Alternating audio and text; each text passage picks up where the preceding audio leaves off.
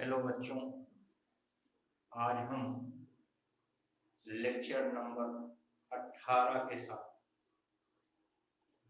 आपके सामने उपस्थित हैं। लेक्चर नंबर 17 में हम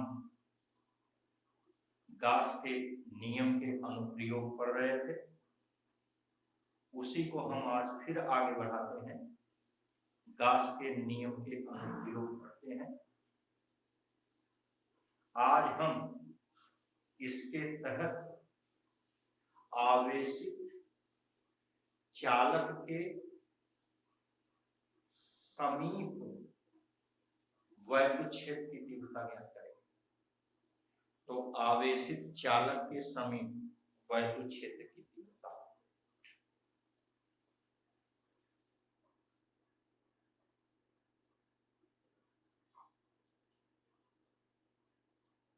आवेशित चालक के समीप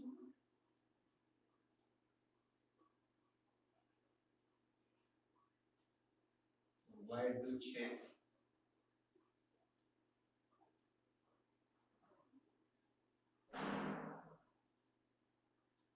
की तीव्रता।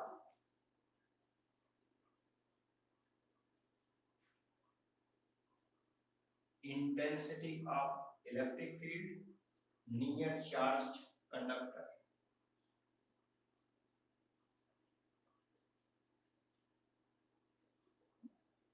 Intensity of electric field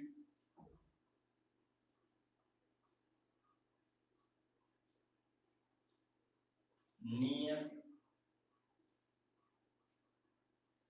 charged conductor।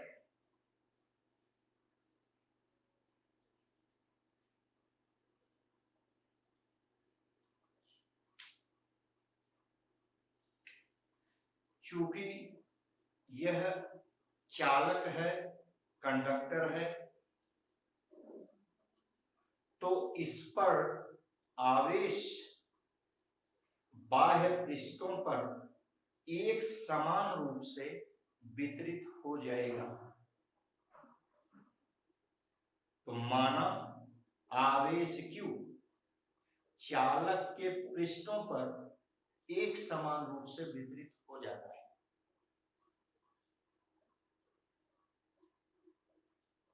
माना आवेश Q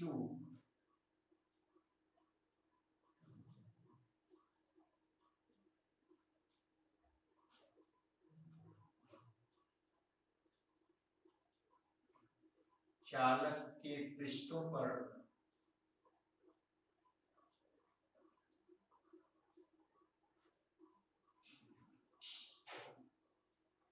एक समान रूप से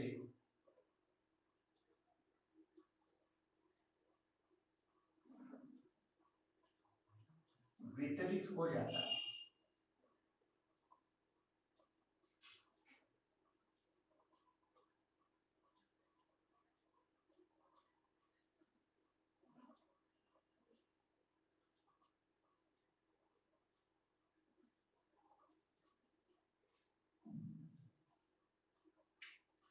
चालक को दो आवेशित चादरों से बना मान सकते हैं। जैसे ये देखिए, ये चालक है,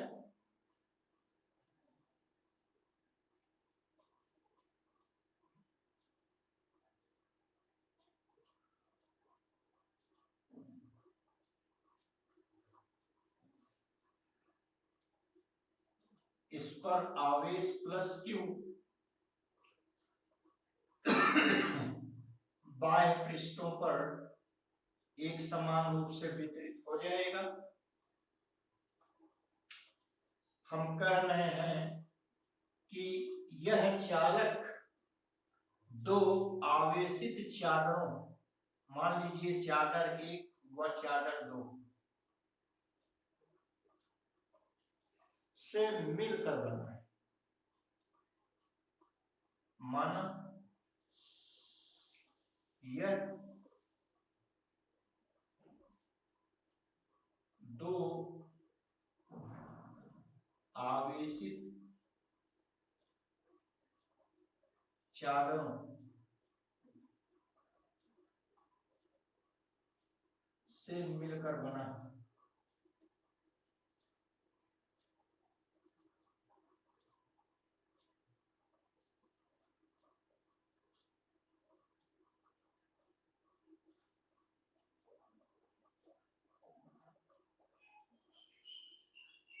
समीप स्थित बिंदु P पर समीप स्थित बिंदु P पर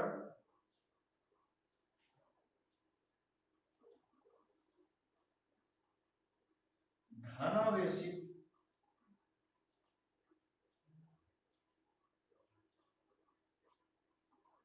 चादर एक के कारण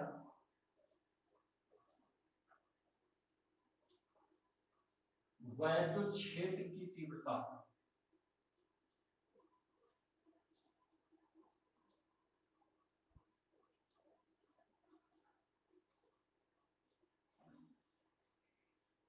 इसके समीप स्थित बिंदु P पर धनावेशित चादर के कारण चादर एक के कारण वैद्युत क्षेत्र की तीव्रता।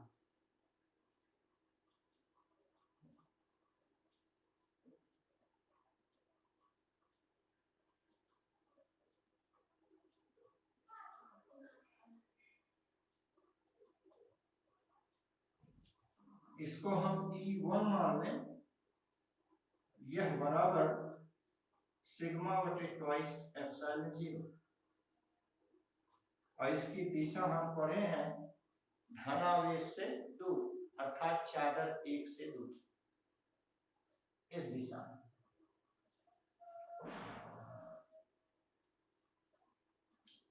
चादर एक से दूर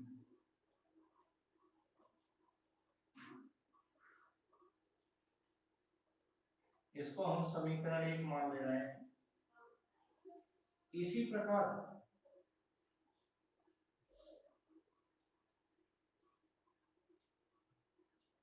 धनावेशित चादर दो के कारण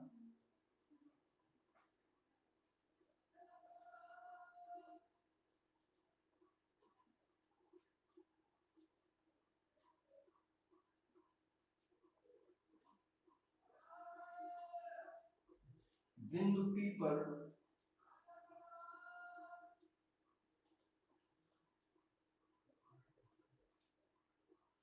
वैद्युत क्षेत्र की तीव्रता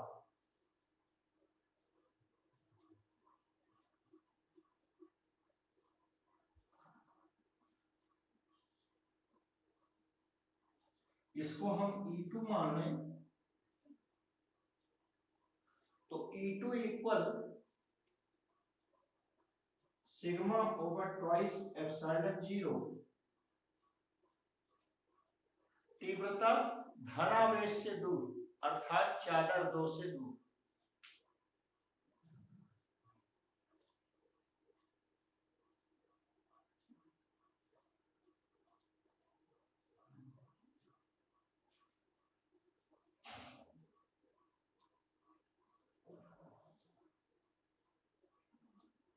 इसको समीकरण 2 मान लें। अब संपूर्ण चालक के कारण बिंदु P पर वैद्युत क्षेत्र की तीव्रता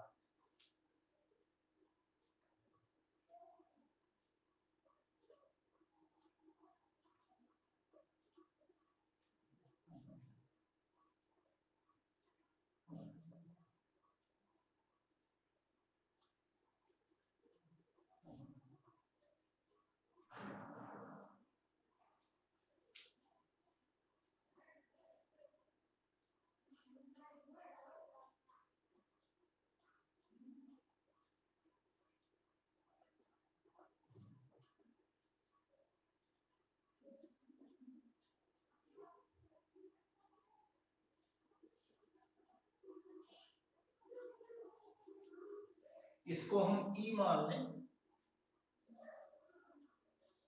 आप अपने चित्र को देखें तो यहाँ दोनों तीव्रताएं E1 और E2 एक ही दिशा में है, अतः परिणामी तीव्रता इनका योग होगी। तो इस प्रकार E बराबर E1 प्लस E2,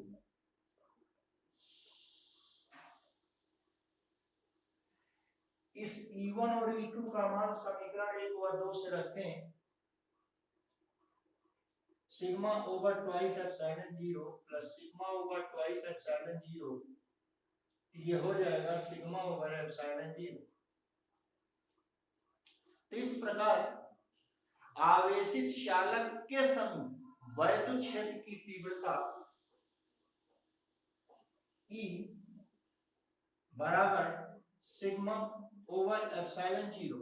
इसकी दिशा, अगर ये धनावेशित चालक है तो चालक से दूर, और अगर ऋणावेशित चालक है तो चालक की ओर होगा। क्लियर? धनावेशित चालक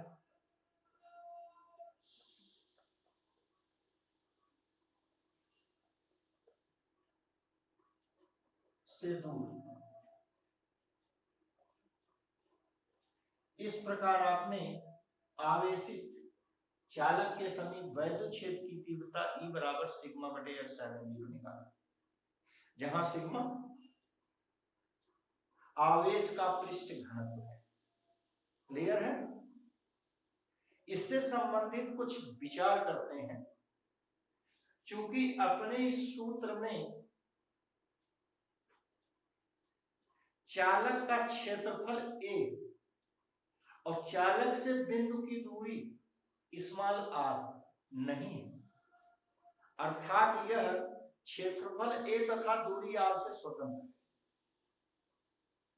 इससे यह सिद्ध होता है कि चालक के समीप हर जगह क्षेत्र की तीव्रता एक समान होती है।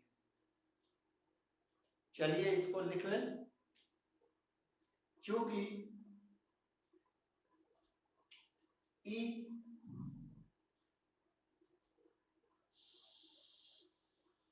चालक के क्षेत्रफल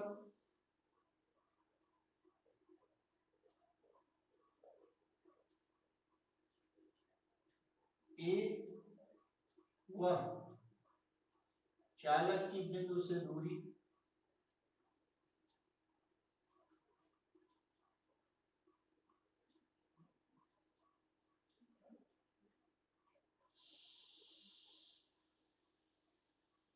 R से स्वतंत्र है।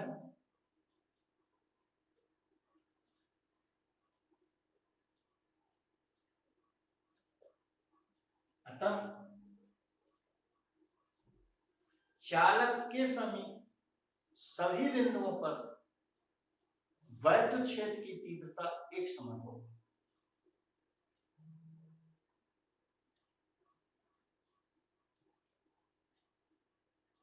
ये समीप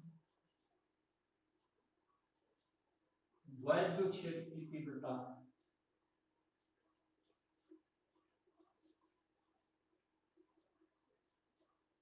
सभी बिंदुओं पर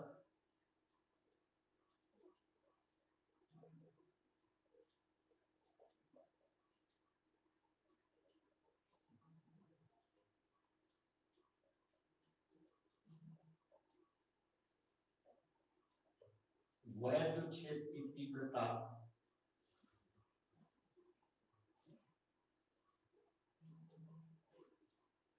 एक समान होगी।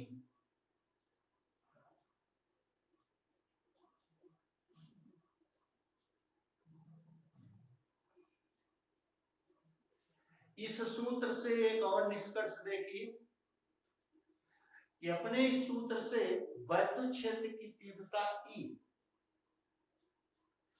आवेश के पृष्ठ घनत्व सिग्मा के अनुक्रमानुपाती है, क्योंकि E proportional to sigma equal Q over A।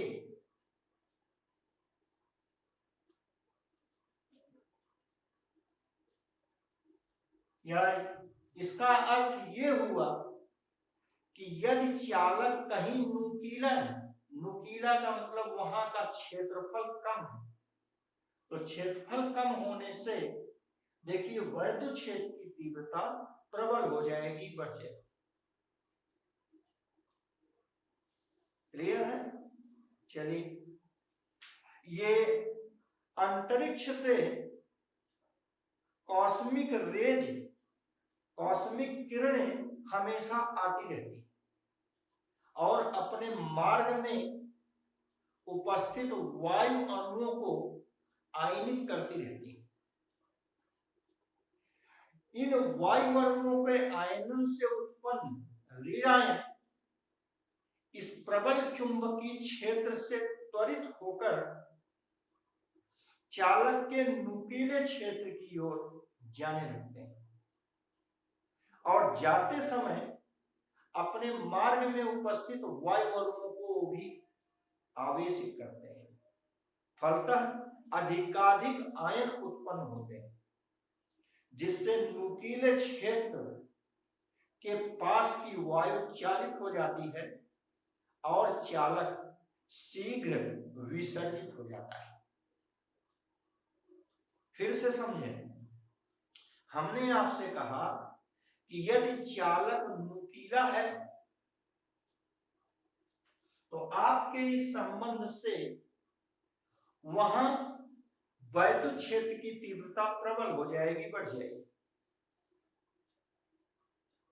अंतरिक्ष से आने वाली कॉस्मिक किरणों के कारण वायु के अणुओं का आयनन होता है, जिससे उत्पन्न ऋणायन इस प्रबल चुंबकीय क्षेत्र से त्वरित होकर चालक के नुकीले क्षेत्र की ओर जाने लगते हैं और ये जाते समय अपने मार्ग में उपस्थित वायु के अणुओं को आयनित करते हैं। फलतः अधिकाधिक आयन उत्पन्न होते हैं, जिससे नुकीले क्षेत्र के आसपास की वायु चालित हो जाती है और चालक शीघ्र विसर्जित हो जाता है। चलिए यहां लिख लेते हैं, यदि चालक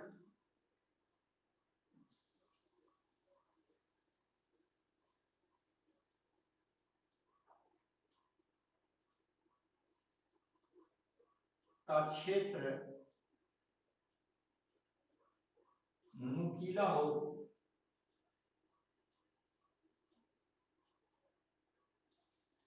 तो वहां वैद्युत क्षेत्र प्रबल होता है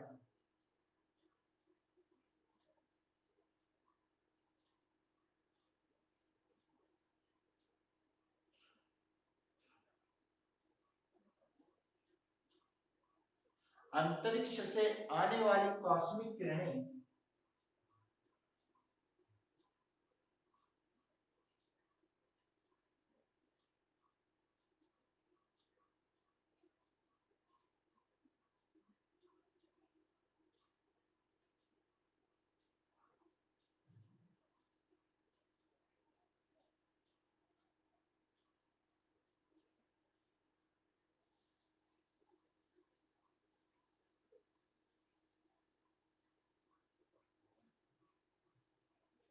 अपने मार्ग में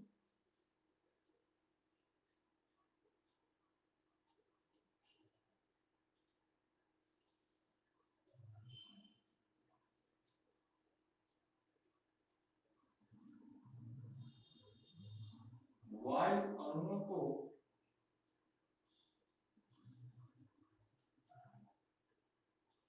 आयनित करती हैं,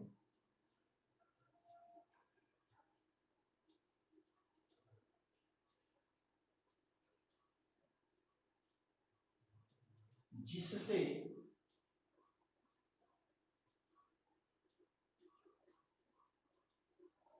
उत्पन्न ऋण आयन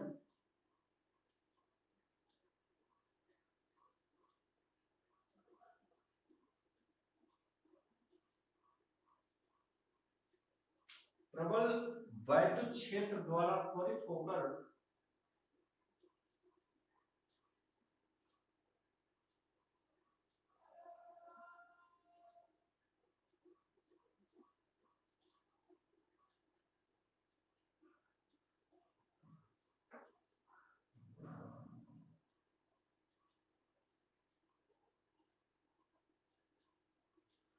प्रबल वैद्युत क्षेत्र द्वारा त्वरित होकर चालक के नुकीले क्षेत्र की ओर जाता है।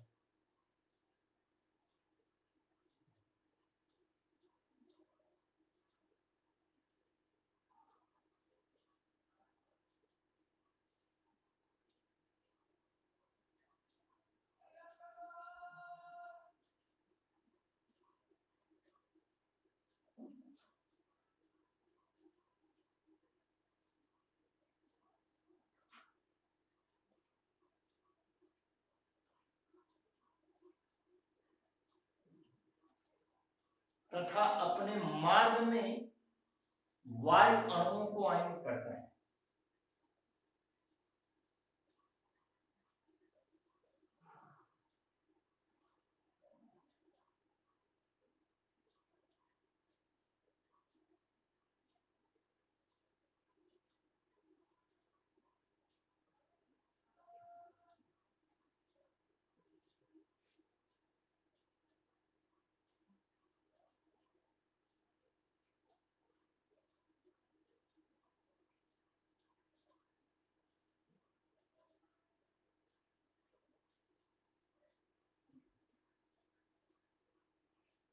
और नुकीले क्षेत्र पर उसके आसपास की वायु चालित होती है, जिससे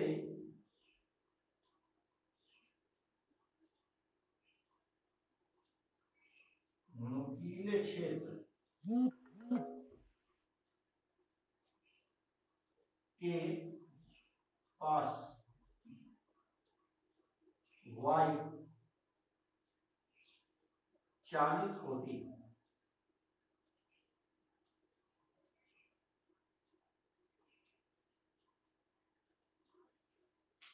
वह चालक शीघ्र विसर्जित हो जाता है। इसको हम यहां लिख रहे हैं, देख लीजिए। वह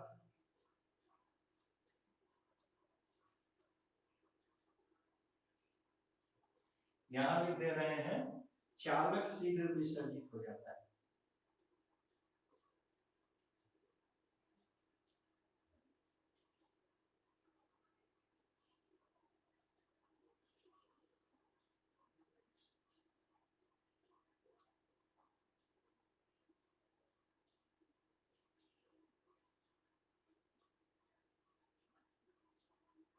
देखिए यहाँ जगह कम थी, इसलिए हमने इसको उठा के यहाँ लिया।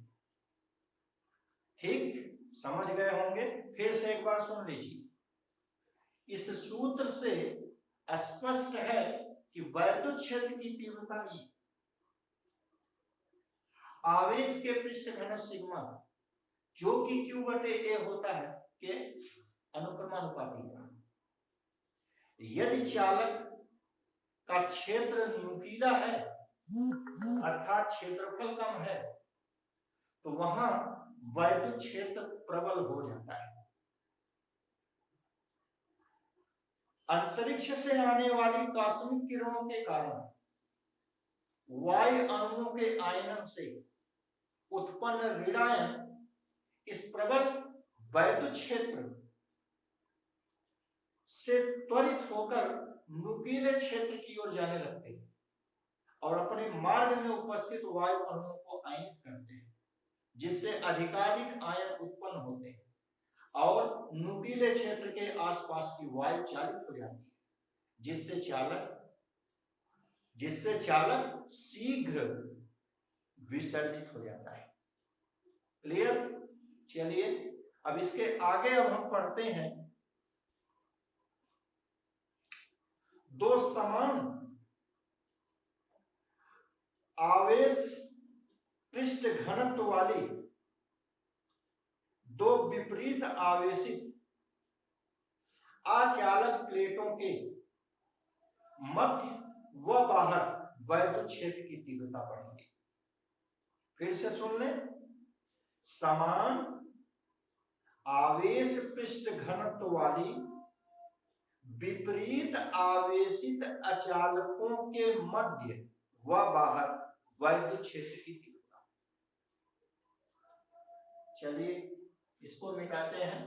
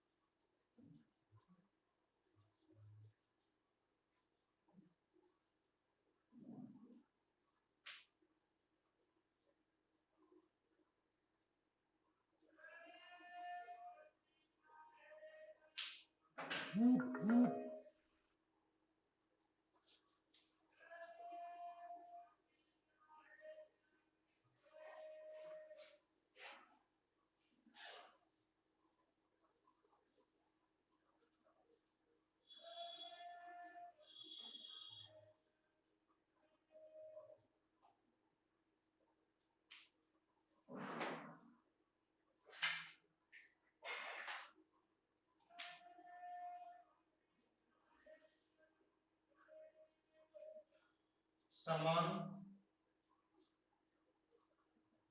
आवेश पृष्ठ घनत्व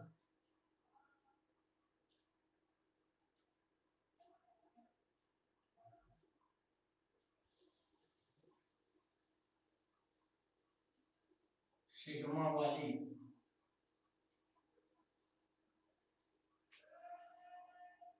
विपरीत आवेशित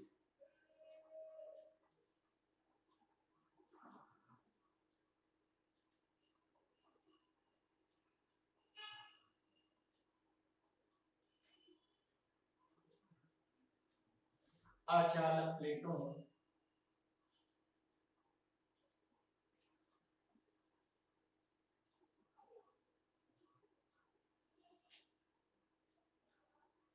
के बीच व बाहर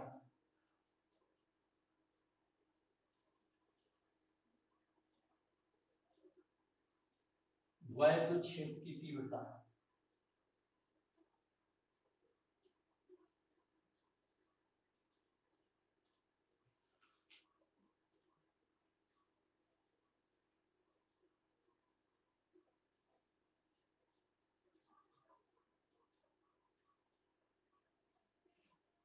intensity of electric field in between and outside of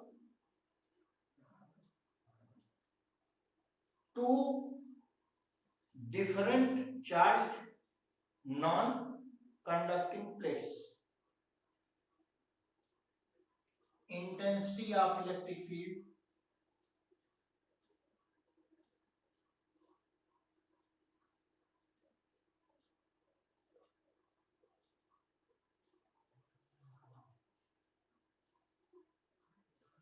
in between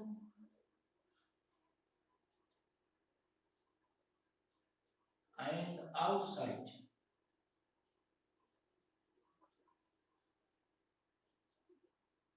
of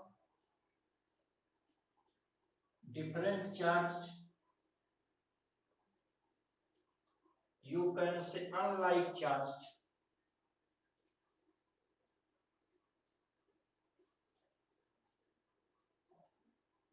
non-conducting plates.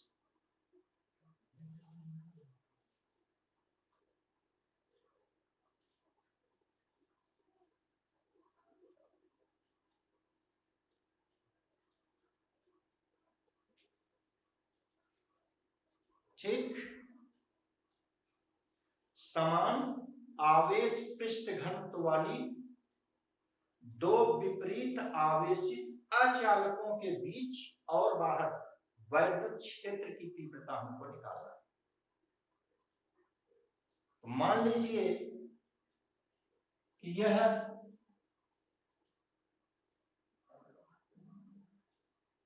दो अचालक चादरें हैं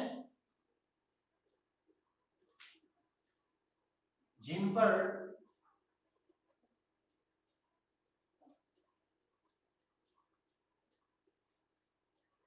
पहले पर मान लीजिए प्लस और दूसरे पर माइनस क्यू आवेश है,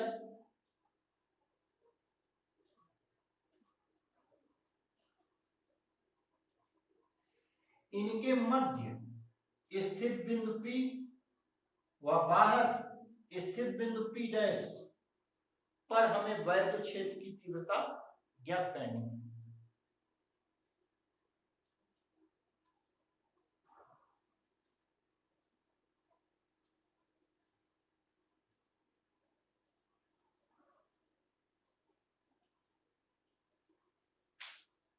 तो हम धनावेशित चादर के कारण आंतरिक बिंदु P पर वैद्युत क्षेत्र की तीव्रता निकालेंगे।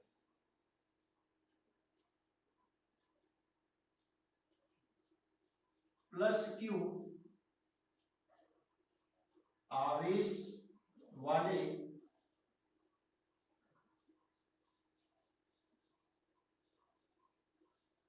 अचालक प्लेट के कारण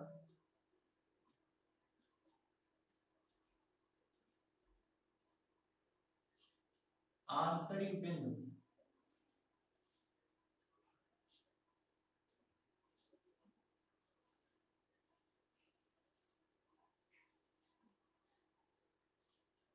P पर वैद्युत क्षेत्र की तीव्रता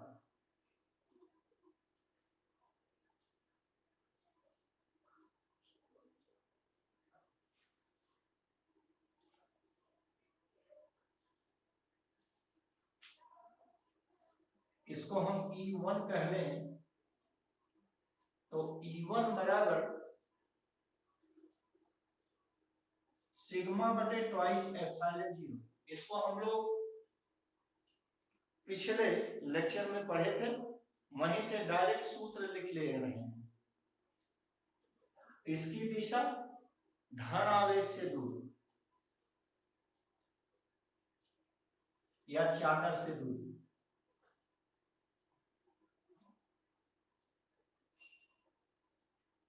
धन प्लेट से दूर। इसको समीकरण 1 मानिए, ये इसकी दिशा ये दिखा दीजिए, धन प्लेट से दूर E1। इसी प्रकार ऋण Q आवेशित प्लेट के कारण बिंदु P पर तीव्रता, इसी प्रकार ऋण Q आवेश वाले ऋण Q आवेशित प्लेट के कारण बिंदु P पर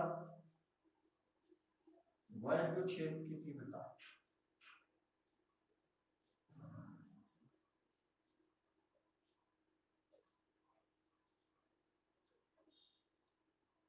इसको हम E2 मान लें,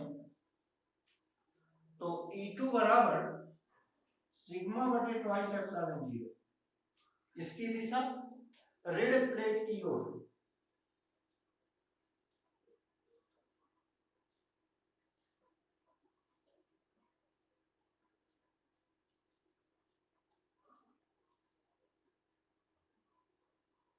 इसको समीकरण 2 मान ले रहे हैं। यहां देखिए, इसकी दिशा ऋण प्लेट की ओर। अब बिंदु P पर परिणामी तीव्रता,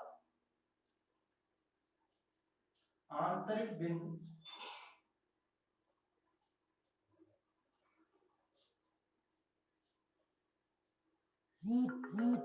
P पर परिणामी तीव्रता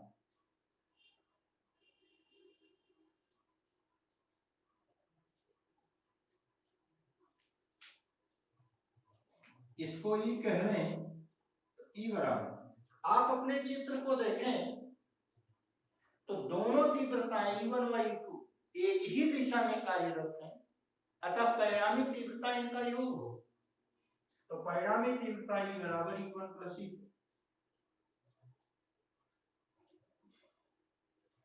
इनके मान रख दें सिग्मा बटे ट्वाइस एप्सिलॉन 0 प्लस सिग्मा बटे ट्वाइस एप्सिलॉन 0, समीकरण 1 और 2 से मान रख दिए, इनको हल करने पर आ गया सिग्मा बटे एप्सिलॉन 0। इस प्रकार हमने देखा कि आंतरिक बिंदु पर वैद्युत क्षेत्र की तीव्रता E सिग्मा बटे एप्सिलॉन 0 आ गया, और इसकी दिशा किधर है, देखिए धन प्लेट से दूर ऋण प्लेट की ओर, तो दिशा किधर है, धन प्लेट से ऋण प्लेट की ओर।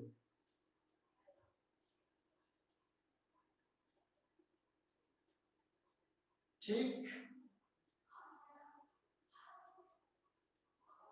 अब हम इस बाह्य बिंदु P डैश पर क्षेत्र की तीव्रता निकालेंगे। तो धन Q प्लेट के कारण बाह्य बिंदु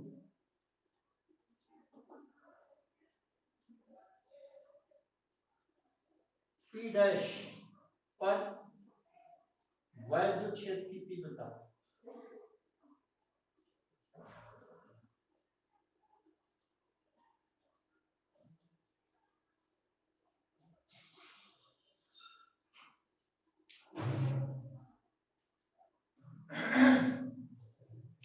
इसको हम E1 डैश कह दें, तो E1 डैश बराबर सिग्मा बटे ट्वाइस एप्सिलॉन 0, इसको हम समीकरण 3 मान रहे हैं, इसको हम समीकरण 4 मान रहे हैं।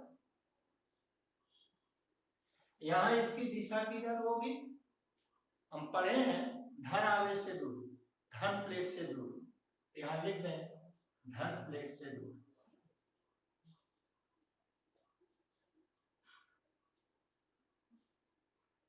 ये धन प्लेट से दूर की ओर E1 डैश। इसी प्रकार ऋण Q प्लेट के कारण बिंदु P डैश पर क्षेत्र की तीव्रता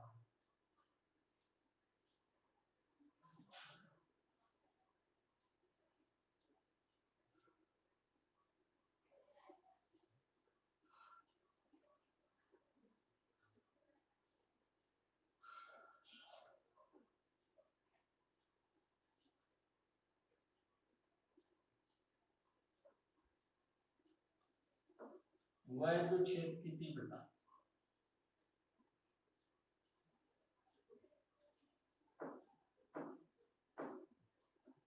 इसको हम E2 डैश माने, ये हो गई सिग्मा होगा ट्वाइस एप्सिलॉन 0, दिशा किधर होगी, ऋण Q प्लेट की ओर। वैद्युत क्षेत्र धन से दूर ऋण की ओर होता है, वही कॉन्सेप्ट हर जगह हम लगा रहे हैं, ये ऋण प्लेट की ओर।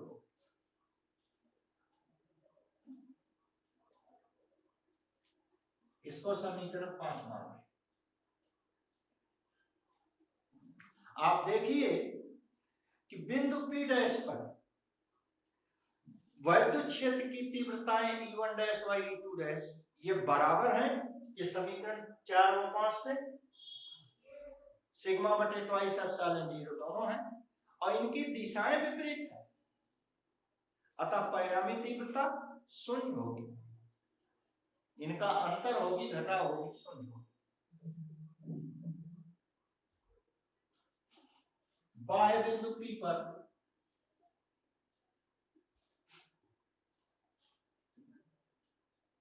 P डैश पर, बाह्य बिंदु P डैश पर परिणामी वैद्युत क्षेत्र की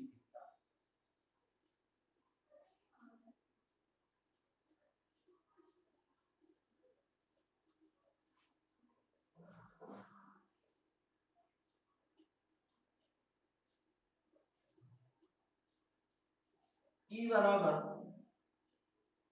इनकी दिशाएं विपरीत हैं, तो E1 minus E2, E1 dash, इनको डैश मान लीजिए, इसको हम E डैश, परिणामी तीव्रता E डैश बराबर E1 डैश माइनस E2, मान इनके रखें sigma over twice epsilon 0 minus sigma over twice epsilon, ये आ गया 0। तो इस प्रकार बाह्य बिंदु पर परिणामी क्षेत्र की तीव्रता शून्य होगी।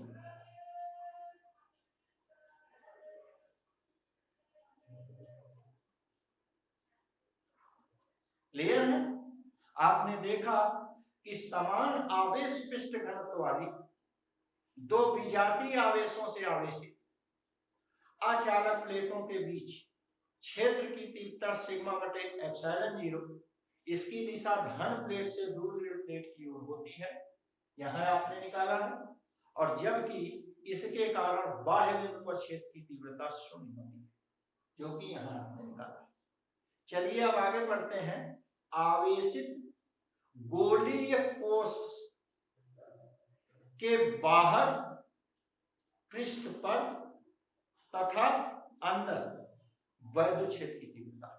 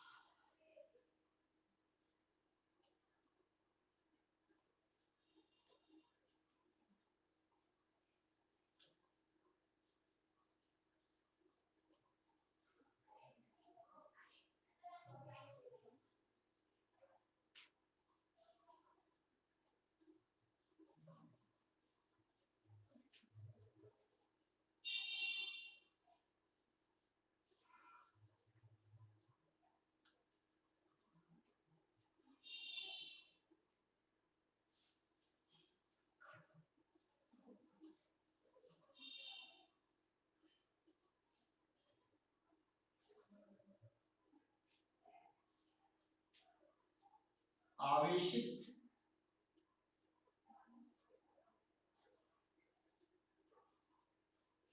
गोलीय कोश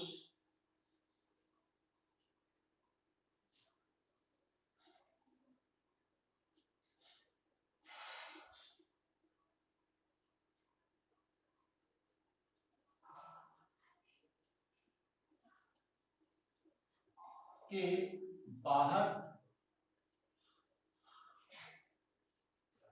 पृष्ठ पर व आंतरिक बिंदु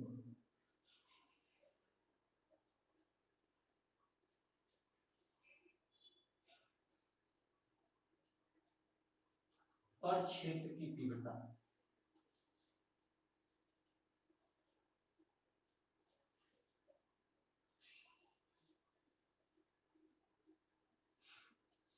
intensity of electric field at outside, at the surface and at inside of charged spherical cell. Intensity of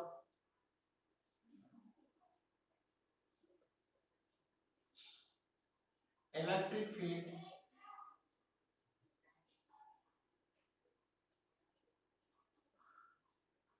at outside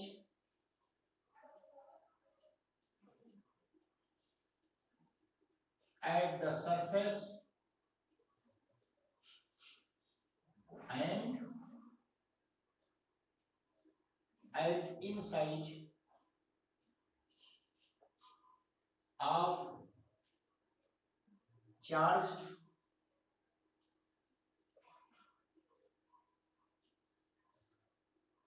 spherical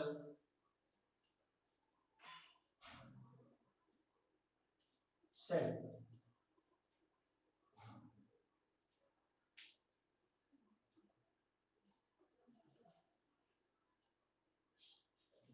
तो सबसे पहले हम बाह्य बिंदु पर वैद्युत क्षेत्र की तीव्रता निकालते हैं। एट आउटसाइड, बाह्य बिंदु,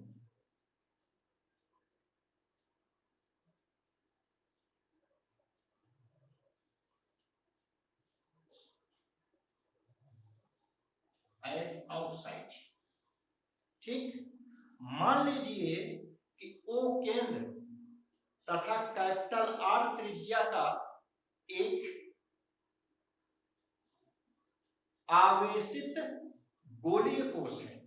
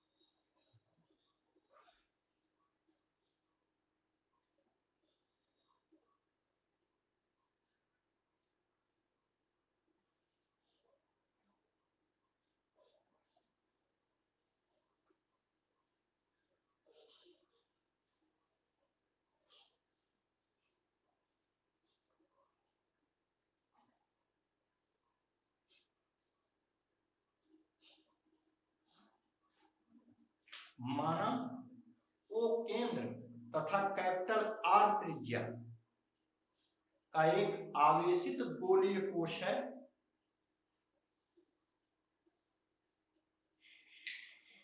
जिस पर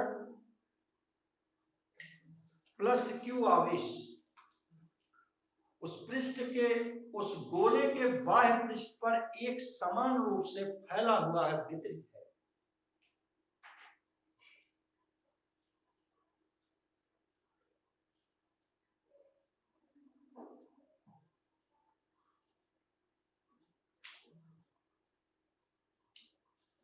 अब इस गोलीय कोश के केंद्र से आर दूर स्थित बाह्य बिंदु P पर हमें वैद्युत क्षेत्र की तीव्रता ज्ञात करनी है।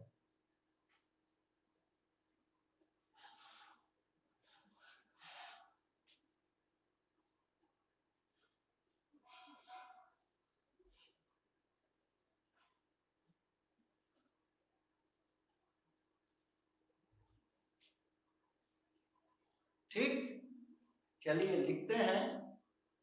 माना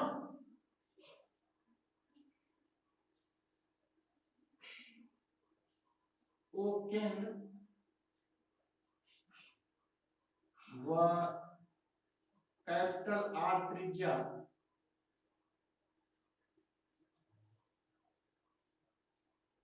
के गोलीय कोश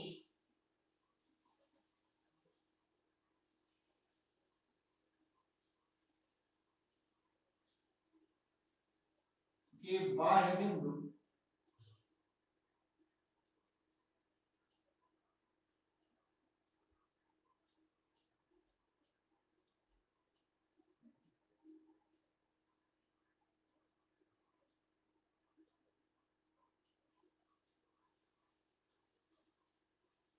P पर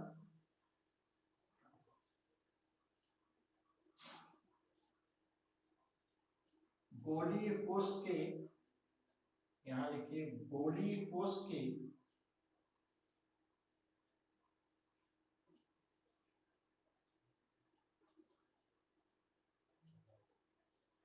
बाहरी पृष्ठ पर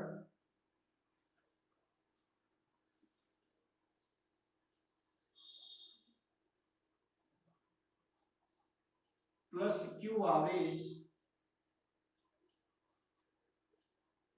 समान रूप से वितरित है।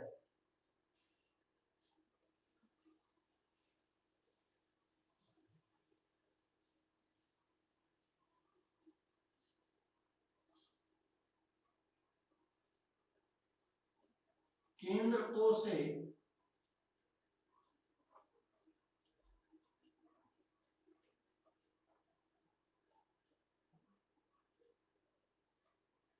स्मॉल r दूर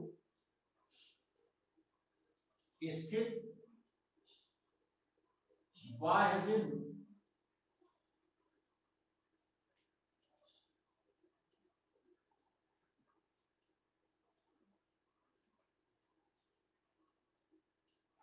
P पर वैद्युत क्षेत्र की तीव्रता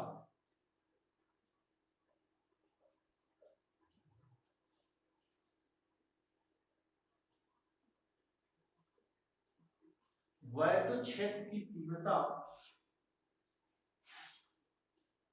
के लिए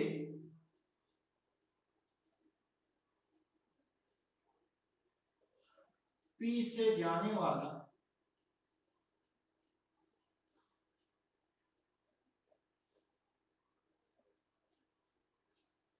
स्मॉल r त्रिज्या का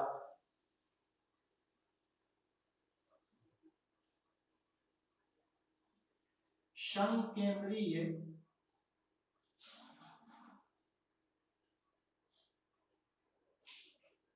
गोलीय गासियन गोलीय कोश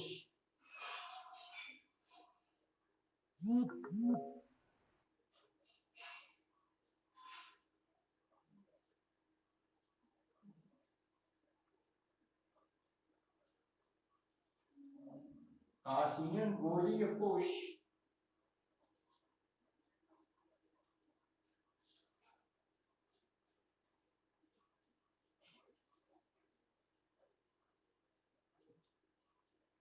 खींचा गया है।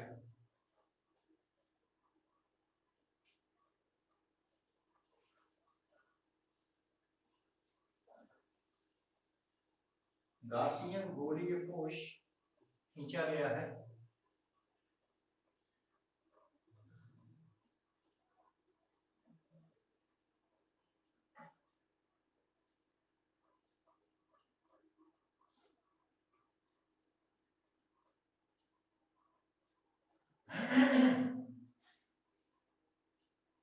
अब इस बिंदु P पर हमें वैद्युत क्षेत्र की तीव्रता ज्ञात करनी है।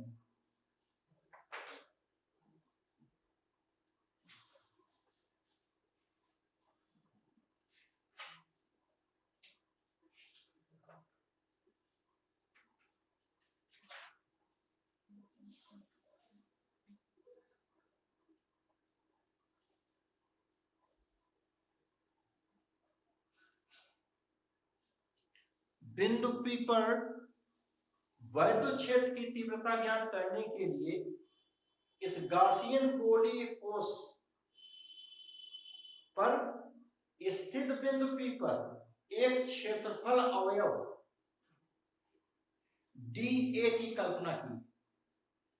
यहां एक क्षेत्रफल अवयव dA लिए, ठीक। अब इस बिंदु P पर वैद्युत क्षेत्र की तीव्रता त्रिज्यतः बाहर की ओर, जो कि हम यहां चित्र में दिखा रहे हैं, ये। और इस क्षेत्रफल अवयव के तल पर खींचा गया अभिलंब भी इसी E की दिशा में होगा। अतः क्षेत्रफल सदिश dA व वैद्युत क्षेत्र E एक ही दिशा में है। चलिए इसको लिखते हैं।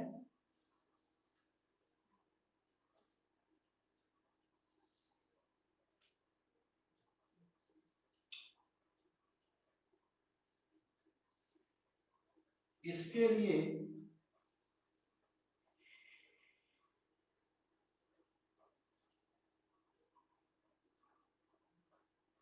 बिंदु P पर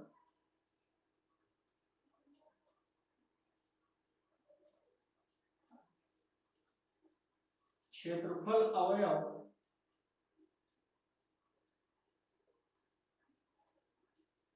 DA है।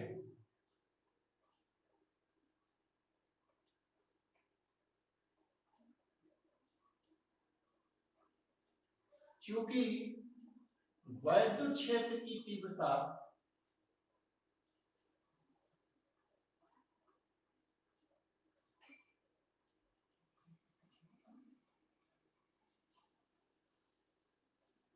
E त्रिज्यतः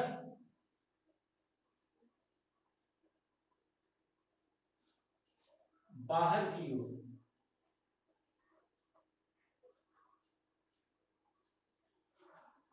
है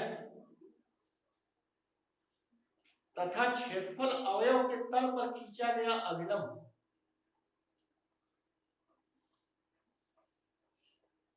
वह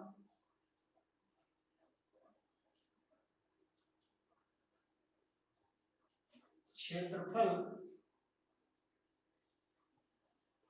अवयव के तल पर खींचे गए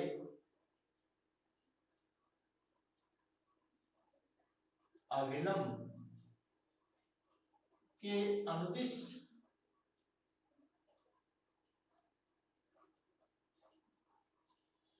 क्षेत्रफल अवयव सदिश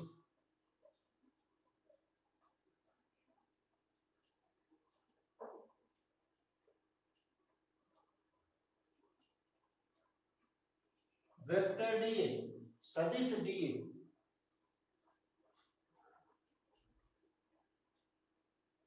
है। ठीक, तो चूंकि ई व डीए एक ही दिशा में कार्यरत हैं, अतः इनके बीच का कोण थीटा शून्य होगा। चूंकि वेक्टर ई व वेक्टर डीए एक ही दिशा में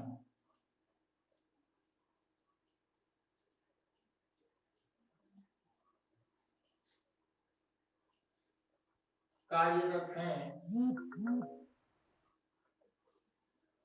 अतः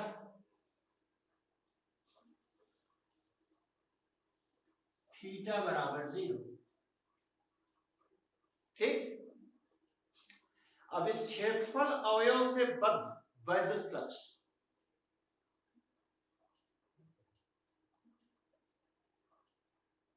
क्षेत्रफल अवयव से बद्ध वैद्युत फ्लक्स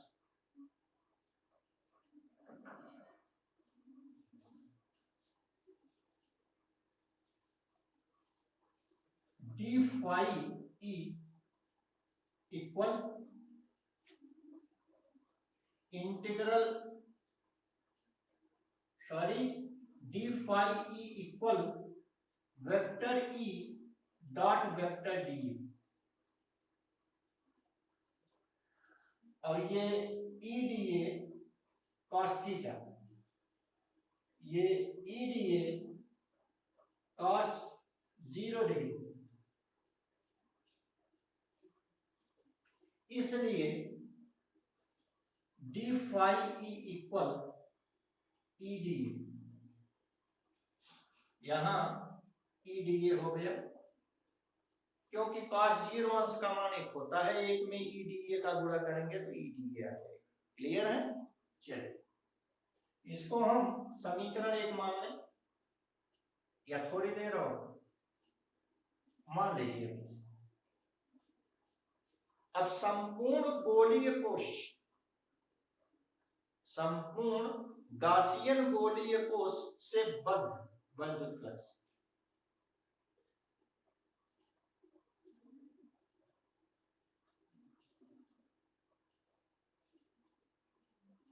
संपूर्ण गासियन गोलीय कोश से बद्ध वैद्युत फ्लक्स।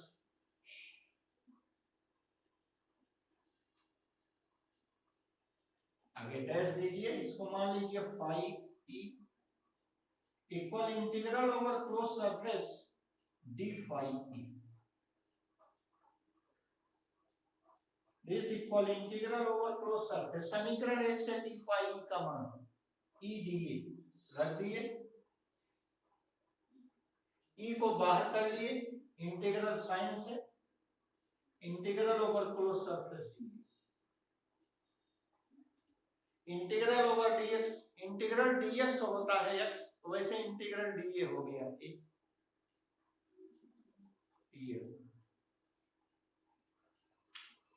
इस प्रकार phi E equal E into A, इसको हम समीकरण 2 मानेंगे। गॉस की प्रमेय से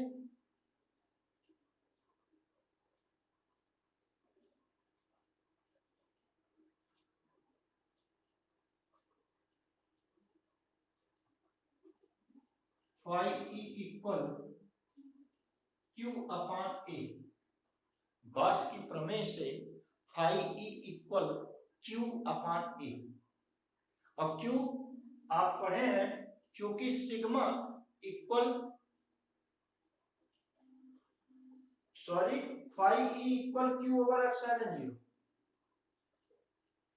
गॉस की प्रमेय से phi E equal Q over epsilon zero. ठीक, चूंकि हम पढ़े हैं आवेश का पृष्ठ घनत्व तो सिग्मा बराबर क्यू बटे ए, वहां से क्यू बराबर हो गया सिग्मा इंटू ए,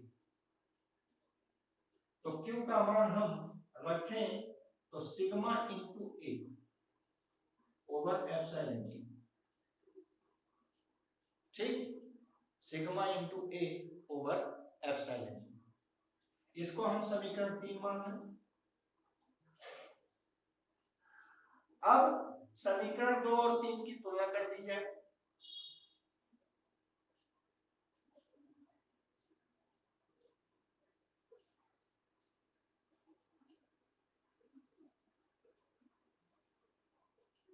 समीकरण 2 व समीकरण 3 की तुलना करने पर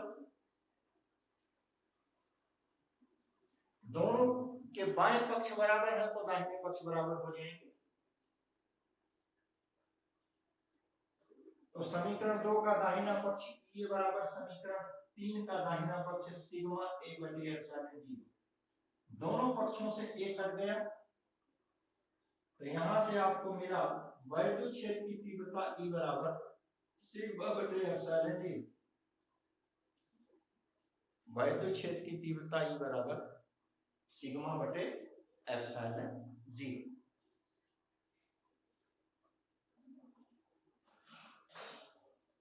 यहां एक चीज की दिक्कत है, थोड़ा सा आप इसको यहां से मिटाएं तो ज्यादा अच्छा है, थोड़ा हम मिटा दे रहे हैं, इसको देखिए जरा।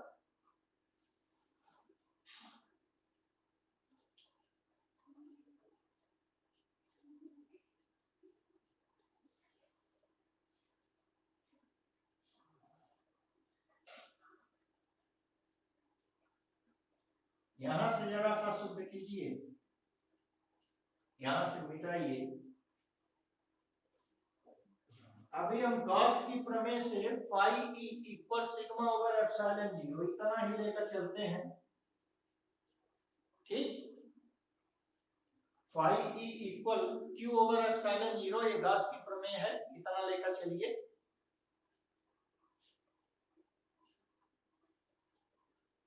फिर इसके बाद अब दोनों समीकरणों की तुलना करिए, समीकरण 2 व समीकरण 3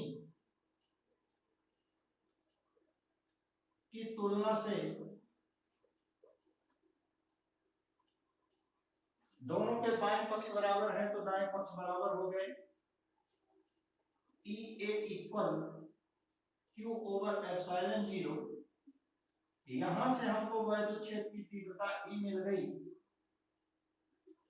क्यू बटे एप्सिलॉन जीरो ए का गुणा का पक्षांतर की ये भाग हो गए। अब यहां बिंदु P से जाने वाला गॉसियन गोलीय पृष्ठ जिसकी की त्रिज्या स्मॉल r है का क्षेत्रफल, गोले का क्षेत्रफल 4 पाई r स्क्वायर। तो a की जगह वही 4 पाई r स्क्वायर रख दें, तो यह हमारा सूत्र हो जाएगा E बराबर a की जगह 4 पाई r स्क्वायर, नीचे एप्सिलॉन 0 साथ में है, ऊपर है कि ठीक।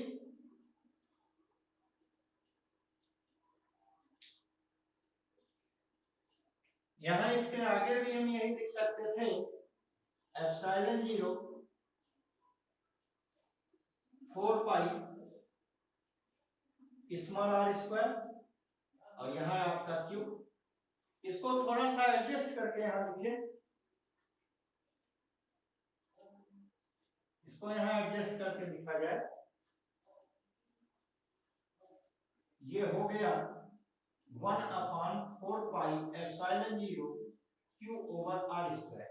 इस टाइप का सूत्र हम लोग वैद्युत क्षेत्र की तीव्रता के लिए पढ़े, ठीक। यहां आप देखें E equal q over epsilon 0 a है आपका गॉसियन गोलीय पृष्ठ जिसकी की त्रिज्या स्मॉल r है, उसका क्षेत्रफल 4 पाई r स्क्वायर, a की जगह 4 पाई r स्क्वायर रख दी, इसको इसकी तरह एडजस्ट की, यहां 1/4 पाई एप्सिलॉन 0 अलग कर लिए, q ओवर r स्क्वायर अलग कर लिए, ठीक। अब यहां हम q का मान रखेंगे, अभी थोड़ी देर पहले जो किए थे, sigma equal q upon a, तो वहां से q equal sigma into a, तो q का मान रखेंगे 1/4 पाई एप्सिलॉन 0, सिग्मा की जगह q की जगह सिग्मा इंटू a, ये हो गया सिग्मा इंटू a की जगह 4 पाई कैपिटल R स्क्वायर, क्योंकि हमारा जो आवेशित कोश है, आवेशित गोलीय कोश है, उसकी त्रिज्या कैपिटल R, तो 4 पाई R square over small r square. देखिए 1/4 पाई एप्सिलॉन 0, q की जगह सिग्मा इंटू a की जगह 4 pi capital R square over small r square. ऊपर और नीचे से देखिए 4 पाई कट रहा है, तो हमने इसको काट दिया, अंत में ये देखिए सूत्र आपको मिल गया, ऊपर मिला सिग्मा, नीचे मिला एप्सिलॉन 0, ऊपर मिला कैपिटल R स्क्वायर और नीचे मिला स्मॉल r स्क्वायर, ठीक, ये मिल गया। अब आप ध्यान दीजिए, गोले के पृष्ठ पर का मतलब हुआ कि जो स्मॉल r था वो धीरे धीरे घटता हुआ पृष्ठ पर आ गया, तो स्मॉल r बराबर कैपिटल R। यहां लिख दे रहे हैं नंबर 2 पृष्ठ पर, या तो इसको मिटा दे रहे हैं, चलिए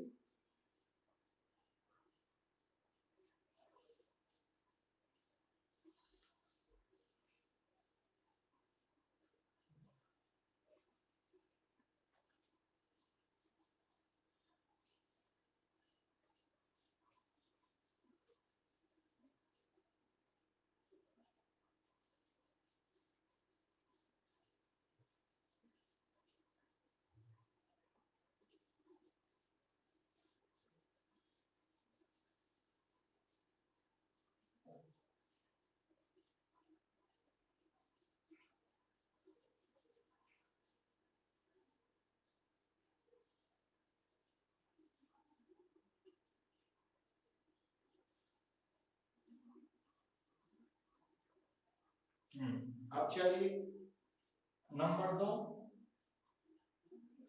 पृष्ठ पर एट सरफेस,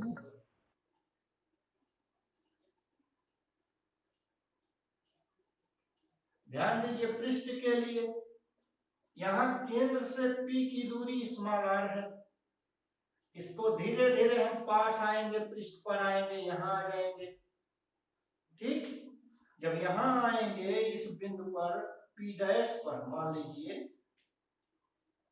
P डैश पर, तो यहाँ स्मॉल r की जगह सिकुड़ते सिकुड़ते यह गोले की त्रिज्या कैपिटल R हो जाएगी। यहां लिख रहे हैं पृष्ठ पर स्थित बिंदु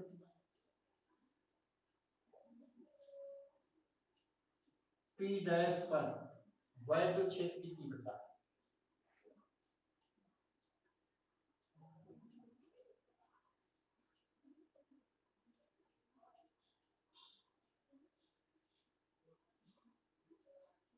यहां हम इसको समीकरण 4 कह रहे हैं।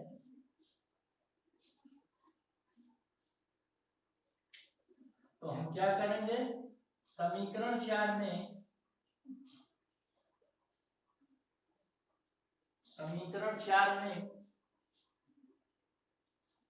स्मॉल r की जगह कैपिटल R रख देंगे। ठीक, क्योंकि स्मॉल r था, धीरे धीरे कम होते होते ये पृष्ठ पर आ गया, केंद्र से इसकी दूरी कैपिटल R है, स्मॉल r बराबर कैपिटल R। तो वैद्युत क्षेत्र की तीव्रता E बराबर हो जाएगा पृष्ठ पर, यहाँ सूत्र देखिए, सिग्मा बटे एप्सिलॉन 0 कैपिटल R स्क्वायर बटे स्मॉल r की जगह भी कैपिटल R, स्मॉल r की जगह कैपिटल R रख दिए। तो आपका यह सूत्र हो गया, कैपिटल R स्क्वायर कट गया, यह गया सिग्मा बटे एप्सिलॉन।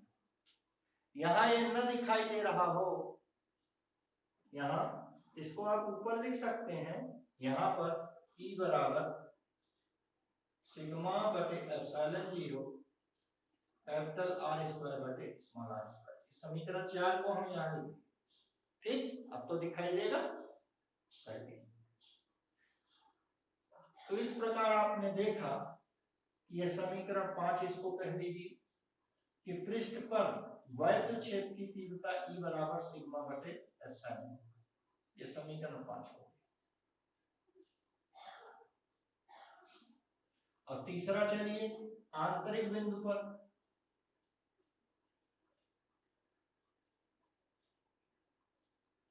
आंतरिक बिंदु P डबल डैश पर, यहां ले लीजिए, ये देखिए यहां पर बिंदु है P डबल डैश। अब इस P डबल डैश पर हमको चाहिए एट इंटरनल पॉइंट,